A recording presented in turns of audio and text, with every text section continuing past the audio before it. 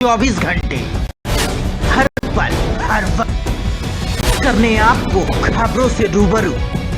हम हैं यहाँ, देखें हर खबर सिर्फ वीएन न्यूज पर। आपके साथ दिन रात लगे रहने वाले ऐसे हमारे लोकप्रिय प्रत्याशी श्री विपुल दुबे जी, जोरदार तालियों से इनका स्वागत किया जाए। श्री विनय श्रीवास्तव जी, श्री कौशलेंद्र सिंह पटेल जी जिला के प्रभारी, श्री रमेश बिन जी हमारे बहुत ही लोकप्रिय सांसद और संसद में मेरे साथी, श्री गोरखनाथ पांडे जी पूर्व सांसद, श्री रंगनाथ मिश्रा जी पूर्व मंत्री, प्रभाशंकर पांडे जी पूर्व विधायक, मानवेंद्र सिंह जी, डॉक्टर एस.एल. निषाद जी राष्ट्रीय निषाद सचिव पार्टी के, सम्मानित मंच और हमारे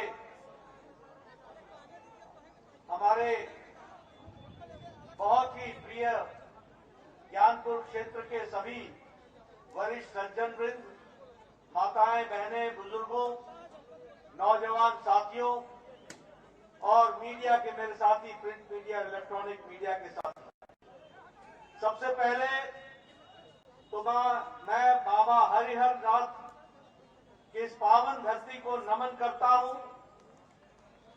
साथ ही साथ हमारे स्वतंत्रता सेनानी शहीद झूरी सिंह जी को, पंडित श्री राम दुबे जी को याद करते हुए इस वीर भूमि को भी मैं नमन करता हूं और आशीर्वाद देता हूं। मित्रों, मेरे से पहले वक्ताओं में विशेष करके रमेश बिन जी ने और हमारे रवि किशन जी ने और विपुल दुबे जी ने आपसे बहुत सी बातें की होंगी और आपको चुनाव की दृष्टि से सारी बातों को आपके सामने रखा होगा, ऐसा मेरा विश्वास है। कुछ मिनटों में मैं अपनी बात रखूंगा। चुनाव का अंतिम दिन है प्रचार का और आप सब लोगों को अपने अपने गांव भी जाना है। इतनी धूप में, इतनी गर्मी में आप सब लोग इतनी बड़ी संख्या में यहां पर उपस्थित हुए हैं, यह बताता है कि आपने विपुल जी को आशीर्वाद देने का मन बना लिया है। यह मैं दावे के साथ कहूं। मित्रों, इस चुनाव में एक बात आपके ध्यान में मैं लाना चाहता हूं। सभी राजनीतिक दल और राजनेता अपने अपने तरीके से चुनाव की बात करते हैं, लेकिन भारतीय जनता पार्टी को छोड़कर और भारतीय जनता पार्टी के प्रत्याशियों को छोड़कर बाकी सभी लोग आपके सामने भाषण देते हुए ये कहा करते हैं कि मैं ये करूंगा, मैं ये करूंगा, आपका ये आशीर्वाद चाहिए, मैं ऐसे तस्वीर बदलूंगा, मैं इलाके की इस प्रकार से सेवा करूंगा। लेकिन आपने जब बीजेपी के कार्यकर्ताओं को सुना होगा, फिर चाहे रमेश बिंद हो, चाहे कौशलेंद्र हो, चाहे रवि किशन हो, चाहे विपुल दुबे हो, एनडीए के कार्यकर्ता जब भी मंच पर खड़ा होकर बोलता है तो वो हमेशा कहता है कि मैंने ये कहा था, ये मैंने किया है और अब जो हम कहेंगे वो करेंगे। ये ताकत किसी और में नहीं है, ये भारतीय जनता पार्टी में है, जो छाती ठोक के बोल सकती है कि हम अपना रिपोर्ट कार्ड लेकर के जनता के सामने जाने की ताकत रखते हैं। कोई पार्टी नहीं कर सकती। समाजवादी पार्टी का एक नेता से बुलवा लीजिए, मैं पिछले 1.5 महीने से अखिलेश जी को बोल रहा हूं, आप बताओ कि आपने क्या काम किया, क्या दिया है लोगों को, क्या दिया है उत्तर प्रदेश की जनता को। कोई उत्तर नहीं आ रहा। उत्तर आएगा भी कैसे? अगर तमंचे की फैक्ट्री खुलवाना और कट्टे की फैक्ट्री खुलवाना और गुंडा पैदा करना यही इनका काम है, तो जनता को ये क्या देंगे, इस बात को हमको पूछना चाहिए और उनसे जानकारी हासिल करनी चाहिए। कोई काम नहीं किया। जो काम टाइम पर हुए, वो मोदी जी के आशीर्वाद से हुए। और इस जगह की भी और उत्तर प्रदेश की भी, पूर्वांचल की और सारे उत्तर प्रदेश की अगर तस्वीर बदली है और तकदीर बदली है तो वो मोदी जी के आशीर्वाद से, योगी जी ने धरती पर ला करके किया है। इसको आपको याद रखना। हमारी पार्टी जो कहती है वो करती है। मैंने पहले भी कहा, हम परिवार की पार्टी नहीं है, हम कोई रीजनल पार्टी नहीं है, हम कोई क्षेत्रीय पार्टी नहीं है। हमारी पार्टी राष्ट्रीय पार्टी है और विचारों के साथ जुड़ी हुई पार्टी है। अगर आपने रमेश बिंद को वोट दिया, अगर आपने रवि किशन को वोट दिया, तो इन दोनों ने मिलकर के मोदी जी का साथ देकर के 6 अगस्त 2019 को धारा 370 को धाराशाही करके जम्मू कश्मीर को भारत का अभिन्न अंग तो है ही, कानून के दृष्टि से भी सारे भारत के कानून अब जम्मू कश्मीर की धरती पर भी लगते हैं। ये संभव हुआ है तो आपके वोट के कारण हुआ है। इस बात को हमको याद रखना चाहिए। अगर आपने 2019 में मोदी जी को आशीर्वाद दिया, रमेश बिंद जी को आशीर्वाद दिया, रवि किशन जी को आशीर्वाद दिया, तो यह 3 तलाक का काला कानून, 13वीं शताब्दी का दंश वाला कानून, जो मुस्लिम महिलाओं को आजादी से रोकती थी, जिससे सुप्रीम कोर्ट ने भी कहा था कि इसको हटाना चाहिए, ये नहीं रहना चाहिए, किसी नेता में दम नहीं था। सभी सांप्रदायिकवाद के बोझे तले दब जाते थे, तुष्टीकरण की राजनीति करते थे। ये नरेंद्र मोदी जी थे जिनकी इच्छा शक्ति थी, जिन्होंने कहा कि हम मुस्लिम बहनों को 3 तलाक से आजाद कराएंगे। और रवि किशन और रमेश बिंद ने जो ताकत थी वो आपने दी, उसके कारण संविधान में परिवर्तन करके आज करोड़ों मुस्लिम महिलाओं को 3 तलाक से आजाद कर दिया। यह परिस्थिति लाकर के खड़ी की। इसलिए जो कहा था वो किया है, जो कहेंगे वो करेंगे। इस बात को हमको याद रखना चाहिए। मित्रों, ये सबका साथ, सबका विकास, सबका विश्वास, सबको साथ लेकर के चलने की ताकत है। आपको जानकर के हैरानी होगी कि 3 तलाक अफगानिस्तान में नहीं है जो मुस्लिम देश है, पाकिस्तान में नहीं है जो मुस्लिम देश है, बांग्लादेश में नहीं है जो मुस्लिम देश है, सीरिया में नहीं है, ईरान में नहीं है, इराक में नहीं है, ये सब मुस्लिम देश है। लेकिन हमारे भारत में 13वीं शताब्दी का काला कानून चल रहा था। और आपको जानकर के खुशी होगी कि पिछले 3 सालों में 3 तलाक की घटनाएं मुस्लिम समुदाय में 80% घट गई है। ये बात भी ध्यान में रखना चाहिए। और मुस्लिम महिलाओं को आजादी मिली। हमारी पार्टी ये सिर्फ विपुल दुबे को पहुंचाने का विधानसभा में मकसद नहीं है। विपुल दुबे एक माध्यम है। आप भरी थाली में भोजन के साथ आप बटन दबाएंगे, विपुल दुबे को जिताएंगे और ये योगी जी के हाथ मजबूत करेगा और मोदी जी के काम पर मोहर लगाएगा। इस बात को हमको समझना चाहिए। हमारी पार्टी गांव, गरीब, वंचित, पीड़ित, शोषित, दलित समाज के अंतिम पायदान पर खड़ा व्यक्ति, हमारी माताएं बहनें, हमारे नौजवान साथी, हमारे किसान भाई, इनको मुख्य धारा में लाने का काम कोई करती है तो वो भारतीय जनता पार्टी एनडीए करती है, निषाद पार्टी करती है। जब हम कहते हैं कि थाली भरी हुई है तो ये भी ध्यान में रखना चाहिए। यही निषाद पार्टी को बताइए, समाजवादी ने इसका दुरुपयोग किया था कि नहीं किया था? किया था कि नहीं किया था? धोखा दिया था कि नहीं दिया था? ये थाली को भरने का काम, भरी थाली, सब्जी से, भोजन से, रोटी से, चावल से, भात से, ये करने का काम किया तो मोदी जी की एनडीए की सरकार ने किया है। ये भी हमको याद रखना चाहिए। आज मुख्य धारा में निषाद पार्टी को शामिल करते हुए, राजा सुहेल देव जी की बात को संभालते हुए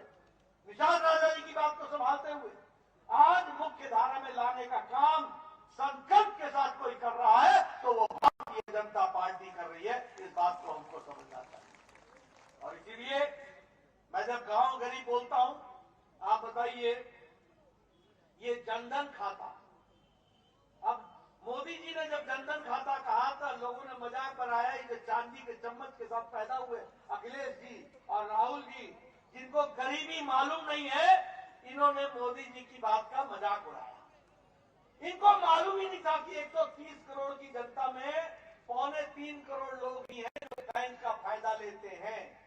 कारण क्या था कि गरीब तो बैंक में जा ही नहीं सकता था, क्योंकि उसके जेब में पैसा ही नहीं था कि वो उसका लाभ उठा सके। उसको गारंटर नहीं मिलता था, गारंटी देने वाला। मोदी जी ने कहा, बिना पैसे के खाता हम खुलवाएंगे और तुम्हारा गारंटर नरेंद्र मोदी होगा, पैसा देने के लिए होगा, पैसा लेने के लिए नहीं। फर्क क्या आया? फर्क यह आया कि आज प्रधानमंत्री आवास योजना का पैसा, प्रधानमंत्री किसान सम्मान निधि का पैसा, बाकी सरकारी पैसे ये गरीब के खाते में सीधे जा रहे हैं और कोई दिवालिया बीच में नहीं है, कोई दलाल बीच में नहीं है। ये हमको समझना चाहिए। कोरोना के दौरान 20 करोड़ बहनों के खाते में 500-500 रुपए पहुंचाया।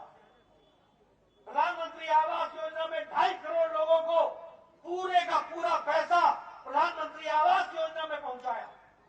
महिलाओं का सशक्तिकरण किया। जब मकान बना उसमें रसोई घर अलग, गैस का चूल्हा अलग, शौचालय अलग, रहने के लिए मकान अलग, और घर का मालिक नहीं होगा, मालकिन होगी। महिला सशक्तिकरण किया, ये भी याद करना चाहिए। उसी तरीके से प्रधानमंत्री किसान सम्मान निधि। आज बहुत लोग किसान नेता बोलते हैं, अपने से ही अपनी तबली बजाते हैं कि ये है किसान नेता। ये कांग्रेस पार्टी 10 साल बाद बोलती थी कि मैं तुम्हारा कर्जा माफ करूंगा। न मध्य प्रदेश में किया, न राजस्थान में किया, कोई कर्जा माफ नहीं किया। झूठ बोला, लोगों को गुमराह किया। और कितना कर्जा होता था? 57,000 करोड़ रुपए। कितने में? 10 साल बाद। और मोदी जी ने 10 करोड़ 50 लाख किसानों के खाते में हर 3 महीना पर 2,000 पहुंचाया है कि नहीं पहुंचाया है? पहुंचाया कि नहीं पहुंचाया है? 2.25 लाख करोड़ रुपए भेज करके 10 किस्तों में 2,000 रुपए हर 3 महीने पर पहुंचाया है, और उसके साथ विकास की योजना को जोड़ा है। इसलिए, और अगर मैं बात करूं आवास योजना की, तो आवास योजना में अगर देश में 2.5 करोड़ घर बने हैं, तो मुझे खुशी है कि ज्ञानपुर में भी 20,000 घर बने हैं 5 सालों के अंदर। ये याद करना चाहिए, 20,000 घर बने और विकास की एक नई कहानी को आगे बढ़ाया है। एक दृष्टि से इसी को आगे बढ़ाने का काम किया। आयुष्मान भारत, मुझे मोदी जी ने स्वास्थ्य मंत्री बनाया था। मैं गौरव के साथ कह सकता हूं, आप बताइए, आज से 7 साल 8 साल पहले अगर किसी के गरीब के घर में कैंसर हो जाए तो उसकी जमीन बिक जाती थी कि नहीं बिकती थी? घर बिकता था कि नहीं बिकता था? और ये रवि किशन और रमेश बिंद ये प्रधानमंत्री के पास जाते थे कि इसका ऑपरेशन होना है, 1 लाख दे दीजिए, 1.5 लाख दे दीजिए। आज मोदी जी ने 130 करोड़ की जनता में 50 करोड़ की जनता को, लगभग 40% की आबादी को 5 लाख रुपए का हर साल गंभीर बीमारी के इलाज के लिए पैसा देने का व्यवस्था की। आपको जानकर खुशी होगी कि 50 करोड़ लोग अब मोदी जी का आयुष्मान भारत का गोल्डन कार्ड पॉकेट में लेकर के चलते हैं और इलाज के लिए 5 लाख रुपए की व्यवस्था। और कौन लोग हैं ये गरीब लोग हैं, जाति के आधार पर नहीं है, काम के आधार पर है। 5 तरीके के लोग हैं, रिक्शा वाला, ठेला वाला, रेहड़ी वाला, फेड़ी वाला, सब्जी वाला, हमारे गरीब जो कूड़ेदान से प्लास्टिक उठाता है वो, बाल काटने वाला, हमारे लिफ्ट मैन, हमारा वेटर, हमारा बेरा जो बर्तन उठाता है, ऐसे गरीब आदमियों को बाय प्रोफेशन काम जो करता है उसके माध्यम से ऐसे 50 करोड़ लोगों को 5 लाख रुपए का मोदी जी ने दुनिया का सबसे बड़ा गंभीर बीमारी से लड़ने के इलाज की व्यवस्था उसी तरीके से मित्रों, हम अगर स्वच्छ भारत की बात करें, ये जो हम इज्जत घर बना रहे हैं, कितने घर बने हैं? 11 करोड़ घर। इसका मतलब आजादी के 70 साल बाद मोदी जी का लोगों ने इंतजार किया और 130 करोड़ की जनता में 11 करोड़ घर ऐसे थे। 11 करोड़ घर का मतलब कम से कम एक घर में अगर 2 आदमी भी हो तो 22 करोड़ लोग अपने दैनिक नित्य कर्म के लिए खेतों में जाया करते थे। उनको इज्जत की जिंदगी देने का काम किया और महिलाओं को इज्जत देने का काम किया तो नरेंद्र मोदी जी ने किया, इज्जत घर बना करके। ये भी हमको याद रखना चाहिए, ये भी हमको समझना चाहिए। गरीब कल्याण अन्न योजना, पिछली 100 साल पहले जब महामारी आई थी तो बीमारी से ज्यादा लोग भूखमरी से मर गए, 100 साल पहले। लेकिन मोदी जी ने निर्णय लिया, निश्चय किया कि हमारे देश में कोई भी भूख से नहीं, उसको 2 वक्त के भोजन का इंतजाम किया जाएगा। और पिछले 2020 के मार्च महीने से लेकर 80 करोड़ की जनता को 5 किलो गेहूं, 5 किलो चावल, 1 किलो दाल और योगी जी का चना और तेल और नमक, बोलिए मिल रहा है कि नहीं मिल रहा है? मिल रहा है कि नहीं मिल रहा है? आप बताइए, ये डबल इंजन है, डबल इंजन। मोदी जी का राशन अलग, योगी जी का राशन अलग। डबल इंजन का डबल जो आपको व्यवस्था मिली है, इसको हमको समझना चाहिए, इसको हमको याद रखना चाहिए। इसलिए महिला सशक्तिकरण, युवाओं का सशक्तिकरण, गरीब की चिंता, ये किसी ने की है तो नरेंद्र मोदी जी की सरकार ने की है, ये याद रखना चाहिए। मित्रों, मैं यहां आया हूं, आप बताइए ज्ञानपुर में मेडिकल कॉलेज का काम चल रहा है कि नहीं चल रहा है? मेडिकल कॉलेज का काम चल रहा है कि नहीं चल रहा है? मैं स्वास्थ्य मंत्री था 2014 में, उत्तर प्रदेश की जनसंख्या 22-23 करोड़ थी और आपके पास 15 मेडिकल कॉलेज थे, सिर्फ 15 मेडिकल कॉलेज। आज मुझे खुशी होती है बताते हुए कि मोदी जी के आशीर्वाद से उत्तर प्रदेश को सबसे ज्यादा मेडिकल कॉलेज मिले हैं। 59 मेडिकल कॉलेज खुले हैं, 59 मेडिकल कॉलेज। ये ज्ञानपुर का मेडिकल कॉलेज सिर्फ मेडिकल कॉलेज नहीं है, हर साल 100 बच्चे डॉक्टर बनेंगे यहां से, ज्ञानपुर से। हर साल 100 बच्चे फार्मासिस्ट बनेंगे, हर साल 100 बच्चे बहनें हमारी नर्स बनेंगी और हर साल 100 बच्चे पैरामेडिक्स में आएंगे। दवाई की एक नई दुनिया खुलेगी, डायग्नोस्टिक का एक सेंटर खुलेगा और ज्ञानपुर के गांव का निकला हुआ बच्चा, गांव का बच्चा ज्ञानपुर में गांव में डॉक्टर लग करके आपकी सेवा करेगा। ये अंतर आने वाला है, इसको हमको याद रखना। आप बताइए, विकास है कि नहीं है? विकास हुआ है कि नहीं हुआ है? अगर 5 साल में 11 यूनिवर्सिटी खुलती है, 78 डिग्री कॉलेज खुलते हैं, 28 इंजीनियरिंग कॉलेज खुलते हैं, 59 मेडिकल कॉलेज खुलते हैं, 2 all India institute of medical sciences खुलते हैं, आप बताइए ये विकास, शिक्षा का विकास है कि नहीं है? है कि नहीं है? और बताइए, उज्ज्वला योजना में बहनों को गैस का चूल्हा मिला कि नहीं मिला? गैस का सिलेंडर मिला कि नहीं मिला? और आप विपुल दुबे को भेजिएगा, बहनों को होली और दिवाली में 2 सिलेंडर त्योहार का मुफ्त मिलेगा, इसको भी आप याद रखिए। आप बताइए, सड़कों का जाल बिछा है कि नहीं बिछा है? सड़कों का जाल बिछा है कि नहीं? ये हाईवे बना कि नहीं बना? ये पूर्वांचल, ये गोरखपुर लिंकवे, ये बुंदेलखंड लिंकवे, ये गंगा एक्सप्रेसवे, जिसको देखो हर एक कोई हाईवे पर ही चल रहा है। मेरे नौजवान मुझे मिलते हैं, पहले ये मोटरसाइकिल पर चलते थे तो पता ही नहीं चलता था कि खड्डे में सड़क है या सड़क पे खड्डा है। आजकल 80-90 दौड़ा रहे कि नहीं दौड़ा रहे? बोलो नौजवान, दौड़ा रहे कि नहीं दौड़ा रहे? 4 लेन, 6 लेन। मित्रों, ये सड़क नहीं है, ये विकास की गंगा है, ये बदलता उत्तर प्रदेश है, इसको हमको समझना होगा, इसको हमको जानना होगा। इसलिए मित्रों, मैं विकास के बारे में आपको अब बताइए, आप विपुल दुबे को भेजेंगे और आपकी बच्ची जब मोपेड पर, स्कूटर पर योगी जी का मुफ्त मोपेड मिलेगा और जब उससे स्कूल और कॉलेज जाएगी तो परिवर्तन आएगा कि नहीं आएगा? और जब नौजवान अपने हाथ में एक लैपटॉप लिए हुए होगा और टैबलेट लिए हुए होगा और उससे वो दुनिया को देखेगा, तो ज्ञानपुर का नौजवान ज्ञानी होगा कि नहीं होगा? तो कराना है कि नहीं कराना है? अगर ये कराना है तो विपुल दुबे को विधानसभा भेजना है, इसकी आपको चिंता करनी पड़ेगी और हरी थाली पर मोहर लगाना होगा, इसकी आपको चिंता करनी पड़ेगी, ये आपको सोचना पड़ेगा। मित्रों, आपने जिन बातों को कहा है, अभी हमारे विपुल जी लोकल विषय की बात कर रहे हैं। एक तो कहते हैं डेगुरपुर में पीपला पुल को पक्का पुल करने की बात है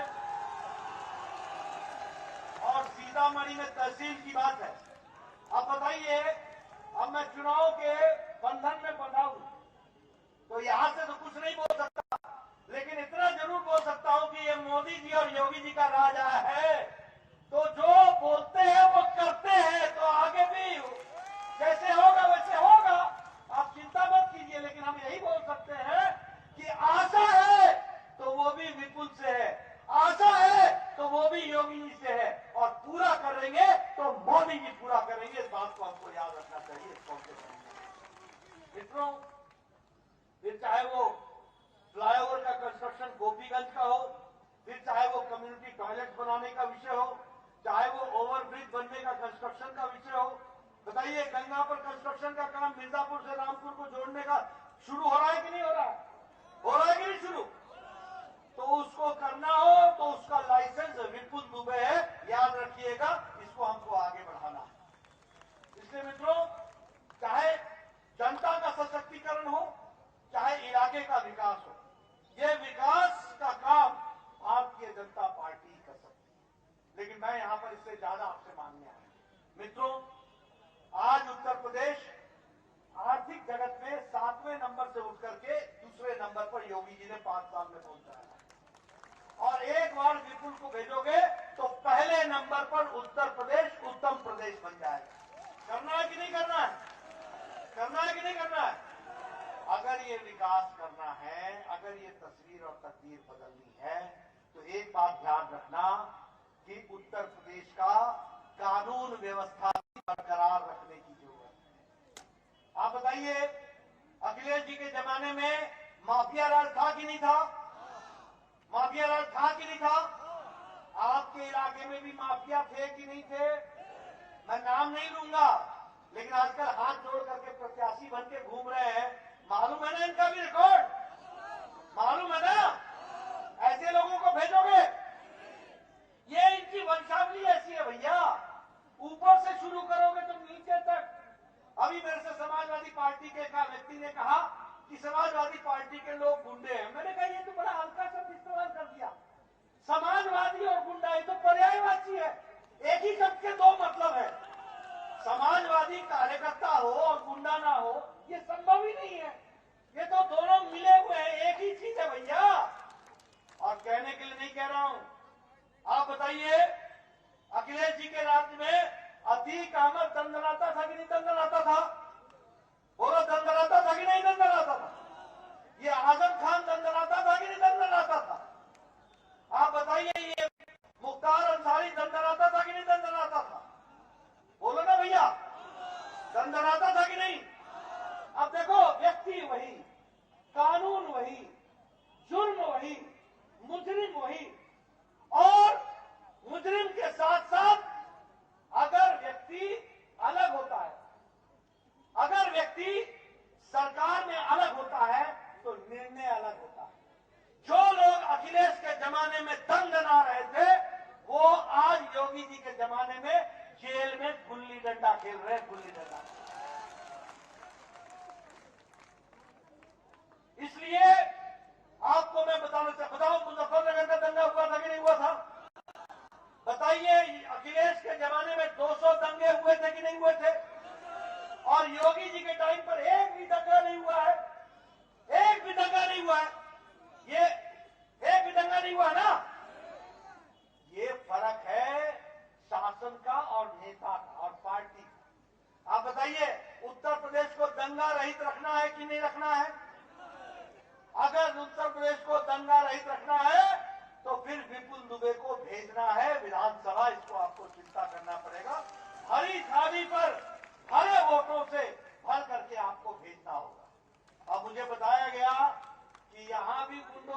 नहीं थी।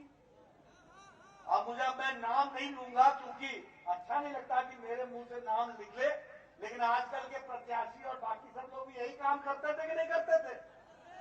इनको फिर से उठने देना है क्या? उठने देना है? उठने देना है?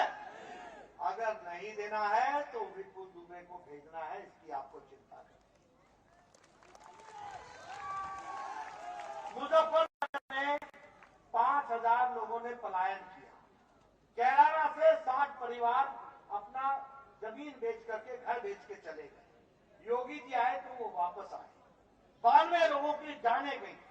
सुप्रीम कोर्ट ने कहा कि अखिलेश की सरकार मुंह ताकती रही है, प्रशासन मुंह दर्शक रहा है और लोगों की सेवा नहीं हुई, लोगों की रक्षा नहीं हुई। मैं आपके सामने ये आज में एक तरीके से चुनाव की अंतिम सभा मेरी है। मैं आज 20 दिनों से अखिलेश जी से पूछ रहा हूं और यहाँ मेरे मीडिया के साथी हैं। मैं चाहूंगा कि मेरा उत्तर अखिलेश जी मीडिया के माध्यम से दें। जब भी आपको मिले आप उनसे प्रश्न पूछ लीजिएगा। ये लोग किस तरीके के हैं ये मैं आपको जानकारी देना चाहता हूं। तारीख है 21 मई 2007। गोलघर गोरखपुर, जहां से हमारे रवि किशन आते हैं, गोलघर गोरखपुर में एक साथ 3 बम फटे थे। एक बम फटा था बलदेव प्लाजा में, एक बम फटा था गणेश चौराहा पर और एक बम फटा था जलकल बिल्डिंग में। 15 लोग मारे गए थे और 50 लोग घायल हुए। उसमें 2 लोग पकड़े गए थे। एक था हरकत उल जिहाद उल इस्लामी का सदस्य और दूसरा था इंडियन मुजाहिदीन का सदस्य। एक का नाम था हाकिम तारिक कासमी और दूसरे का नाम था खालिद मुजाहिद। एक जौनपुर का रहने वाला था, एक आजमगढ़ का रहने वाला था। मेरी बात नोट कर लेना, मैं आपके सामने बता रहा हूं। 22 मई 2007 को गोलघर पे बम कांड हुआ। जब पकड़े गए तो उन्होंने बताया कि हम लोगों ने बनारस के दशाश्वमेध घाट में भी बम ब्लास्ट हम ही ने किया था। उन्होंने बताया कि वाराणसी के संकट मोचन में भी बम ब्लास्ट हम ही ने किया था। उन्होंने बताया कि कचहरी बम कांड जो अयोध्या में, लखनऊ में और हमारे लखनऊ और वाराणसी में 3 जगह पर एक साथ बम ब्लास्ट हुआ था, वो भी उन्होंने ही किया था। उन्होंने बताया कि संकट मोचन में भी हमने ही बम ब्लास्ट किया था। उन्होंने बताया कि दिल्ली में जहांगीरपुरी, गोविंदपुरी और सरोजनी नगर और पहाड़गंज में भी बम कांड उन्होंने ही किया था। उन्होंने बताया कि श्रमजीवी एक्सप्रेस में भी बम कांड उन्होंने ही किया था। उन्होंने बताया कि मुंबई का बम ब्लास्ट भी उन्होंने किया था। कुल मिलाकर के 2500 लोग मारे गए थे और 2000 घायल हुए थे। और पत्रकार बंधुओं, तारीख नोट कर लेना, 26 अप्रैल 2012 को बतौर मुख्यमंत्री अखिलेश जी ने तारिक कासमी को और खालिद मुजाहिद को, इनके खिलाफ मुकदमा वापस लिया। आतंकवादियों का मुकदमा वापस लिया और इलाहाबाद हाईकोर्ट ने कहा यह मुकदमा तुम वापस नहीं ले सकते हो, इस पर केस चलेगा। केस चला। गोरखपुर के स्पेशल कोर्ट ने 4 जिंदगियों तक आजीवन कारावास की सजा सुनाई। 4 जिंदगी, जिसको अखिलेश जी ने छोड़ने की सिफारिश की। मैं एक घटना और आपको बोलकर उसकी बात समाप्त करूंगा। तारीख है, नोट कर लेना मेरे पत्रकार भाइयों, 31 दिसंबर 2007 और 1 जनवरी 2008 की सुबह उत्तर प्रदेश के रामपुर के सीआरपीएफ के कैंप पर AK-56 राइफल के साथ सीआरपीएफ के कैंप में आतंकवादियों ने हमला किया। हमले में 7 जवान मारे गए। 7 जवान, 7 परिवार बेचारे अनाथ हो गए, बहनें विधवा हो गई, माताओं के कोख सूनी हो गई, कोई पूछने वाला नहीं। यूपी के स्पेशल टास्क फोर्स ने और एनआईए ने एक व्यक्ति को पकड़ा जिसका नाम था शहाबुद्दीन। वो बिहार का रहने वाला था। कि ये लश्कर-ए-तौयबा का कमांडर इन चीफ है भारत का। उसके ऊपर पूछताछ हुई, 7 लोग पकड़े गए और जब केस चला तो 26 अप्रैल 2012 को अखिलेश जी ने उसका भी मुकदमा वापस लिया बतौर मुख्यमंत्री। और इलाहाबाद हाई कोर्ट ने कहा तुम मुकदमा वापस नहीं ले सकते हो। मुकदमा चला और 4 लोगों को सजाए मौत हुई और 3 व्यक्तियों को आजीवन कारावास हुआ। ये याद रखना चाहिए। अब मैं पूछना चाहता हूं, ऐसे अखिलेश जी को मुख्यमंत्री बनाना है क्या? ऐसे लोगों को आगे लाना है क्या? यहां पर गुंडागर्दी करानी है क्या? यहां आतंकवादियों को लाना है क्या? हाँ, योगी जी ने तय किया है कि एंटी टेररिस्ट कमांडो स्क्वाड का ट्रेनिंग सेंटर बनेगा। कहां बनेगा? देवबंद में बनेगा, कानपुर में बनेगा, बहराइच में बनेगा, आजमगढ़ में बनेगा, जौनपुर में बनेगा और गोरखपुर में बनेगा, ताकि आतंकवादी सर न उठा सके, गुंडे सर न उठा सके। इसकी चिंता की जाएगी। इस बात को याद रखना। आप बताइए, ये रवि किशन जी बैठे हैं, रमेश बिन जी बैठे हैं, संविधान की शपथ लेते हैं संसद से। और हम लोग, कोई मंत्री बनता है, मुख्यमंत्री बनता है तो शपथ लेता है। मैं ईश्वर की शपथ लेता हूं कि मैं संविधान की रक्षा करूंगा, संविधान को अक्षुण्ण रखूंगा।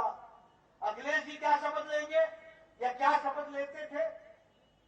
वैसे तो इनको शपथ लेने का मौका ही आप लोगों ने नहीं देना है, लेकिन ये लेते तो क्या लेते? मैं ईश्वर की शपथ लेता हूं कि मैं आतंकवादियों की रक्षा करूंगा, मैं आतंकवादियों को अक्षुण्ण रखूंगा, मैं उनकी सेहत का ख्याल रखूंगा और समय आने पर अपने घर में बुला के बिरयानी खिलाऊंगा। बताओ, मुजफ्फरनगर के मुख्य अभियुक्त को मुजफ्फरनगर से प्लेन पर बुलाकर लखनऊ में अपने घर में उन्होंने मुख्य अभियुक्त को बिरयानी खिलाई थी कि नहीं खिलाई थी? खिलाई थी कि नहीं खिलाई थी? और मैं 1.5 महीने से बोल रहा हूं, अखिलेश जी मेरी एक भी बात को काट के दिखाओ, तुम जवाब नहीं देते। मित्रों, अखिलेश जी को मैं बोलना चाहता हूं, पतली गली से अब उत्तर प्रदेश की जनता जाने नहीं देगी। जवाब देना पड़ेगा उत्तर प्रदेश की जनता को। बताना पड़ेगा कि क्यों माताओं की कोख सूनी हुई, बताना पड़ेगा क्यों बहनें विधवा हुई, बताना पड़ेगा कि क्यों आपके संबंध आतंकवादियों के साथ हैं। अभी अहमदाबाद का फैसला आया बम कांड का, 38 लोगों को सजाए मौत हुई है। एक का नाम है सैफुद्दीन सैफ, उसके पिता का नाम है सादाब अहमद मिर्जा, नहीं सादाब अहमद मिस्टर। अखिलेश जी के साथ उनकी गले मिलते तस्वीर है। आपको गले मिलने के लिए ऐसे ही लोग ही मिलते हैं, और कोई मिलता ही नहीं है। आप बताइए, योगी जी के राज में कानून व्यवस्था रही है कि नहीं रही है? ठीक रही है कि नहीं रही है?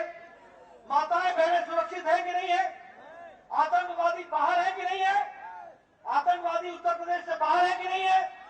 बाकी जेल में है कि नहीं है? माफिया राज समाप्त है कि नहीं है?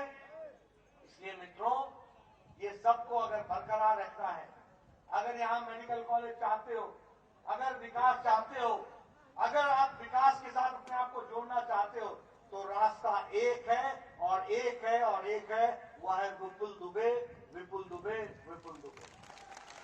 ये हमारा नौजवान, इसको आप साथ दीजिए। ये आपकी सेवा करेगा, ज्ञानपुर का ज्ञान बढ़ाएगा, ज्ञानपुर को मुख्य धारा में लाएगा, सड़कें बनेंगी, विकास होगा, बहनें आगे बढ़ेंगी और गरीबी, जो गरीबी थी उससे दूर तो हो ही चुके आप, और आगे हम आगे बढ़ेंगे, आपका सशक्तिकरण करेंगे, मोदी जी के राज में आगे बढ़ेंगे, योगी जी की ताकत आपको धरती पर मिलेगी। आपने मेरी बात सुनी, आपका बहुत बहुत धन्यवाद। जय भारत, जय उत्तर प्रदेश। भारत माता की, भारत माता की, भारत माता की। जेपी नड्डा भी मुल्लू में, जेपी नड्डा भी मुल्लू में, जेपी नड्डा भी मुल्लू में।